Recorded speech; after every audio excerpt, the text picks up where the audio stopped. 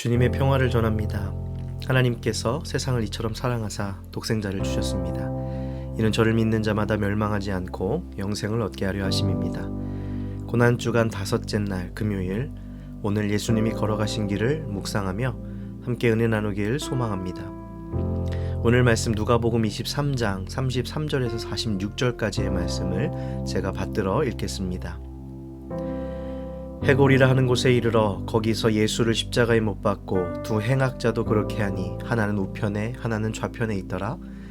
이 예수께서 이르시되 아버지 저들을 사하여 주옵소서 자기들이 하는 것을 알지 못함이니이다 하시더라.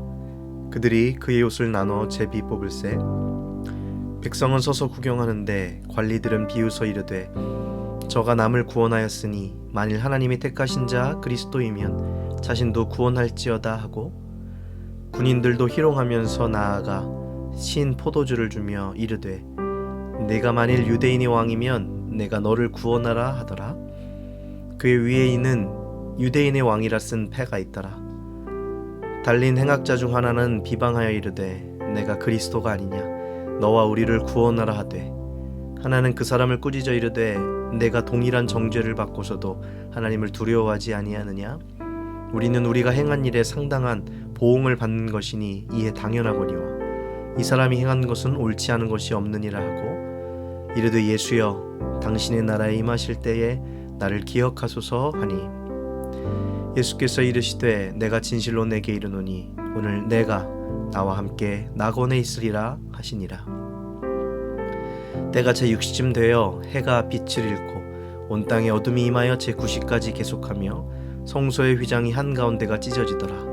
예수께서 큰 소리로 불러 이르시되 아버지 내 영혼을 아버지 손에 부탁하나이다 하고 이 말씀을 하신 후에 숨지시니라. 아멘. 오늘은 고난주간 다섯째 날 금요일입니다. 이날은 성금요일 또 굿프라이데이라고 부릅니다. 왜 이 금요일을 굿프라이데이라고 부를까요? 연합감리교 공보부 자료를 보면 첫 번째로는 그리스도께서 이날 십자가에 못 박히시고 죽으셨지만 그로 인해 선한 것이 오기 때문이라고 말합니다. 주님이 우리의 죄를 위해 십자가에서 고통당하시고 돌아가셨지만 그 고통과 죽음의 금요일이 있었기에 그리스도의 부활과 죽음에 대한 승리 또 부활 주일이 찾아온 것입니다. 그래서 선한 금요일로 해석할 수 있을 것입니다.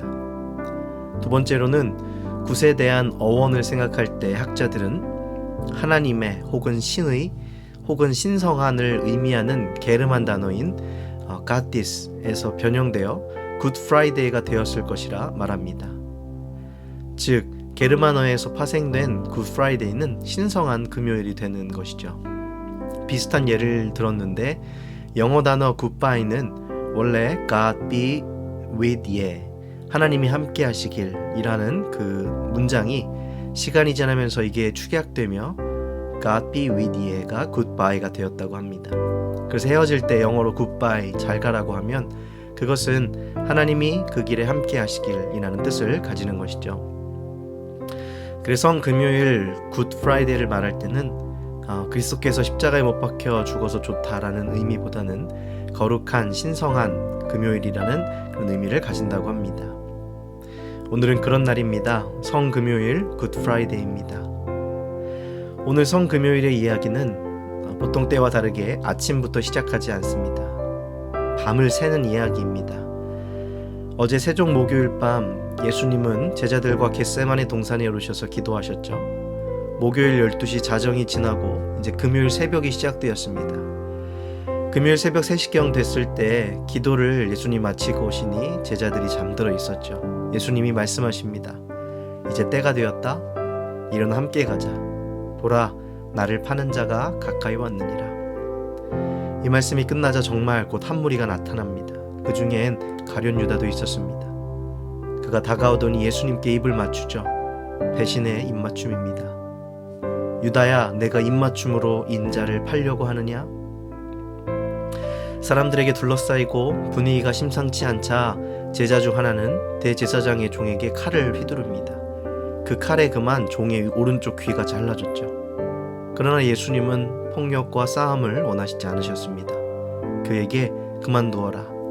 칼을 가지는 자는 다 칼로 망하느니라 말씀하시고 그 종의 귀를 고쳐주십니다. 예수님은 칼에 칼로 대응하지 않으시고 순순히 잡혀가십니다. 예수님의 고난, 패션 오브 크라이스트의 고난을 나타내는 패션은 패시브와 연결이 되어 있습니다. 예수님의 고난은 수동적이었습니다. 모든 것을 당하시고 모든 것을 감내하셨죠. 그들은 이제 예수님을 체포해 대제사장의 집으로 끌고 가는데 베드로가 거리를 두고 따라갑니다. 근데 많은 사람들이 있는 안뜰에서 한 여종이 베드로를 알아보죠. 여보세요, 이 사람이 예수님과 예수라는 자와 함께 있었어요. 제가 분명히 봤습니다. 그 말을 하자 베드로가 황급히 부인합니다. 나는 그를 알지 못합니다. 그 자리를 피해 다른 곳으로 갔는데 또 다른 사람이 알아보는 거예요. 그러나 또 부인합니다. 저는 아니라고요. 왜 그런 말씀을 하십니까? 1시간이 지나 또 다른 사람이 그를 발견합니다. 틀림없이 저가 예수라는 사람과 함께 있었어요. 마지막 베드로의 부인은 충격적이죠. 그가 저주하며 맹세하여 이르되 나는 그 사람을 알지 못하노라. 예수님을 부인하는 것도 모자라 저주까지 한 베드로였습니다. 마지막 부인 후에 곧 닭이 울었습니다. 예수님이 말씀하신 그대로였고 그 말이 생각난 베드로는 밖에 나가서 아주 심하게 통곡하였습니다. 베드로는 완전히 무너져 버린 것이죠. 그러나 이해할 수 있습니다. 인간은 죽음 앞에 누구나 연약하죠. 죽음을 두려워하지 않는 사람은 없습니다. 그래서 사단도 최고의 권세인 죽음의 권세를 휘두르며 우리를 지배하려고 합니다. 그래서 예수님께서 이 땅에 오셔서 그 죽음을 이기신 것입니다. 죽음의 권세를 이기시고 새로운 생명의 권세를, 부활의 권세를 주님께서 주신 것이죠. 베드로의 부인은 아무도 탓할 수가 없습니다. 우리의 모습이기도 하기 때문이죠. 몸과 마음이 다 상해져 버린 베드로는 이제 통곡하며 패배자의 모습으로 고향으로 되돌아갑니다. 그러나 이 고통의 이야기는 예수님 부활 후에 다시 회복의 이야기로 바뀔 것입니다. 예수님은 이제 정말 홀로 되어 가셨습니다. 대제사장 가야바에게 신문을 당하시고 늦은 새벽 밤이 깊은 때 계속된 신문을 당하십니다. 악한 일들이 빛으로 나오지 못하고 어둠 가운데 숨어서 진행되고 있음을 발견하게 됩니다. 환한 대낮이 아닌 어두컴컴한 밤에 스피드하게 그들은 예수님의 신문을 진행한 것이죠. 아무도 알아채지 못하게 하려고요. 그들은 예수님 잡아 죽이기 위해 모든 수단과 방법을 다 사용하고 있습니다. 그리고 그 뒤엔 사단도 있었죠. 산헤드린 공회에서 내가 메시아냐 라고 추궁합니다. 예수님이 내가 그렇다고 해도 너희는 나를 믿지 않을 것이다. 그러면 내가 하나님의 아들이라고 한 주장을 스스로 인정하는 것이냐? 예수님 말씀하시길 그 말을 계속하는 사람은 너희다. 그들이 제멋대로 마음을 정합니다. 우리에게 무슨 증거가 더 필요하겠소? 우리가 들은 것처럼 이 자는 자기 입으로 하나님의 아들이라고 말한 것과 다름없소. 이제 그들이 예수님을 결박하여 총독 빌라도에게 끌고 가 고발합니다. 예수님은 그곳에서 또 신문을 당하시죠. 총독 빌라도는 그에게서 죄를 찾지 못한다 말합니다. 그러나 고발자들은 맹렬하게 요구했습니다. 그가 갈릴리에서 온 사람임을 알고 이번엔 갈릴리를 관할하는 헤롯에게 책임을 넘깁니다. 마침 헤롯이 그때 예루살렘에 와 있었던 때였기에 헤롯에게 예수님을 보냅니다. 헤롯도 예수님을 만나보고 싶었습니다. 갈릴리에서 예수님에 대한 소문을 많이 들었기 때문이죠. 그래서 예수님을 만나서 여러 질문들을 퍼부었습니다. 또 자기에게 잘 보이면 이것을 어떻게 잘 풀어줄 것이라는 그런 뉘앙스도 전했을지 모르겠습니다. 그런데 예수님이 거기에 대한 반응이 없으셨습니다. 대답도 없으셨습니다. 헤롯은 기분이 상했습니다. 자존심이 상했습니다. 예수님을 자극했습니다. 그러나 예수님은 대답이 없으셨습니다. 그러자 헤롯이 이제는 정말 기분이 나빠져서 그를 조롱합니다. 그리고 그에게 우스꽝스러운 왕의 옷 복장을 입혀서 다시 빌라도에게 돌려보내죠. 빌라도와 헤롯 모두 자신들의 정치적 이익을 위해서 아무 양심 없이 사람의 인권과 생명을 짓밟는 그런 모습을 보여줍니다. 세상의 권력들, 세상의 모습을 보여주고 있는 것이죠. 빌라도는 예수에게서 잘못을 찾지 못해서 매질을 내서 돌려보내려 했으나 고발자들은 더 큰 소리를 질렀습니다. 그자를 죽이시오. 바라바를 대신 우리에게 주시오라고 요청합니다. 바라바는 도시에서 폭동을 일으키고 살인을 저지른 죄인이었는데 그가 예수님 대신 풀려나게 되었습니다. 바라바는 감옥문을 나서며 어떤 생각을 했을까요? 예수님은 끝까지 누군가를 대신하셨습니다. 예수님은 이제 붙잡히셔서 로마 군인들에게 채찍과 고문 기구로 맞으시고 면류관을 쓰십니다. 그리고 십자가를 지고 골고다의 언덕을 오르십니다. 너무 많이 맞아서 십자가를 제대로 지고 가지 못하자 구레네 시몬에게 대신 십자가를 지어 예수의 뒤를 따라가기도 합니다. 그 언덕 오르실 때 예수님을 따르던 사람들이 슬피 울었습니다. 이제 그 골고다 언덕에 도착합니다. 거기에는 2명의 사형수가 더 있었어요. 하나는 예수님 오른쪽에, 하나는 왼쪽에 십자가에 달리게 되었습니다. 군인들이 그 3명을 못 박습니다. 예수님도 십자가에 못 박았습니다. 탕, 탕, 탕 못자국 소리가 그 언덕에 물려 퍼집니다. 다 박힌 그 못자국, 예수님의 손가발에 박힌 그 못자국, 그리고 예수님의 십자가가 언덕에 높이 달리게 되었습니다. 고통이 가득 찬 금요일 오전이었죠. 그런데 예수님은 그런 때조차 이렇게 말씀하셨습니다. 아버지, 이 사람들을 용서해 주십시오. 이 사람들은 자기가 무슨 일을 하는지 알지 못합니다. 군인들은 예수님이 옷을 나눠 가지며 비웃었고 조롱하였습니다. 네가 유대인의 왕이라고 내 자신이나 구원해 보거라 하며 조롱하죠. 옆에 있던 한 사형수도 같이 조롱합니다. 너는 메시아라고 하지 않았냐? 우리를 구원해 보아라. 예전 그 광야에서 사단이 예수님을 시험하던 그 목소리가 기억이 납니다. 그런 것과 비슷한 투였습니다. 네가 메시아라고 하지 않았냐? 우리를 구원해 보아라. 너의 능력을 증명해 보아라. 이렇게 말하는 것이죠. 근데 옆에 있던 다른 죄수는 그 말을 막습니다. 이분은 이런 처벌을 받을 만한 일을 한 적이 없으시다. 너는 하나님이 두렵지도 않느냐? 그러면 예수님께 말하죠. 예수님, 당신의 나라에 들어가실 때 저를 기억해 주십시오. 그는 예수님을 알았고 예수님을 보는 순간 그가 죄 없이 이곳에 오셨음을 깨달았습니다. 그리고 자신의 죄에 대한 뉘우침, 회개가 있었습니다. 예수님이 그를 향해 이렇게 말씀하십니다. 걱정하지 마라. 내가 오늘 나와 함께 낙원에 있으리라. 여러분, 우리는 마지막까지, 우리의 삶의 마지막까지, 끝까지 우리가 의지하실 것이 무엇인지를 기억해야 합니다. 예수 그리스도를 붙잡는 것, 예수님만을 의지하는 것, 그것이 우리의 생명이 다하는 그 순간까지도 이어져야 합니다. 금요일 오후 3시경이 되었고 예수님은 내 생명을 아버지 손에 맡깁니다라고 말씀하시고 숨을 거두십니다.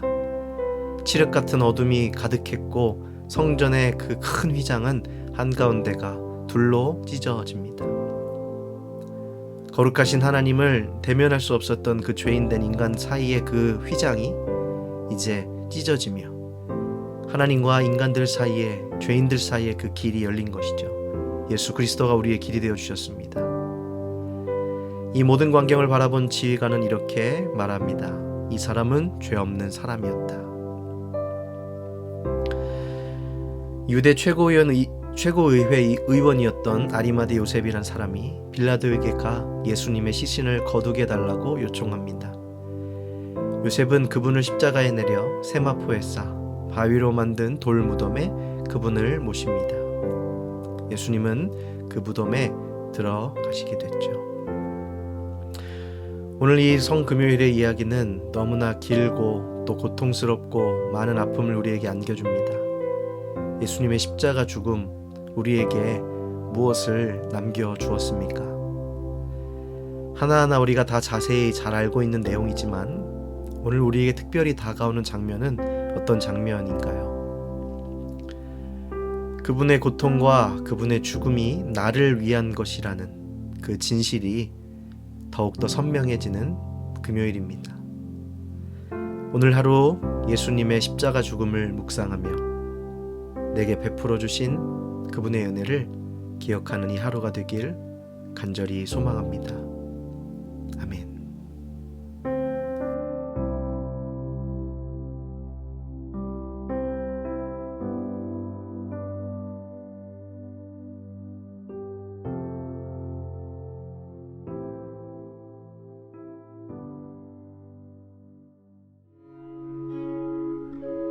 바쁜 한 주간에 함께 드리는 기도. 오늘은 헨리 나우엔의 기도와 함께합니다.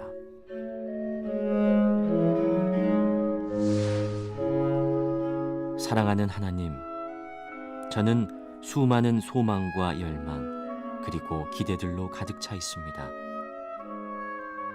그것 중 어떤 것들은 채워지겠지만 아마 많은 것들은 이루어지지 않을 것입니다. 욕망이 충족되어 기쁠 때나 그렇지 못해 실망할 때에도 저는 당신 안에서 희망을 버리지 않습니다. 당신께서 저를 결코 홀로 내버려 두지 않으심을, 당신의 약속들을 끝까지 갚아주심을 저는 알고 있습니다. 어떤 일이 저의 뜻과 다르게 진행되더라도 그것이 바로 당신의 뜻임을, 그리고 그 길이 결국엔 저를 위한 최선의 길임을 알고 있습니다. 오 주님, 저의 수많은 소망들이 채워지지 않을 때, 바로 그때 저의 희망이 더 강해지도록 은총을 베푸소서. 그리고 무엇보다 제가 결코 잊지 않게 하소서. 당신의 이름은 사랑이라는 것을.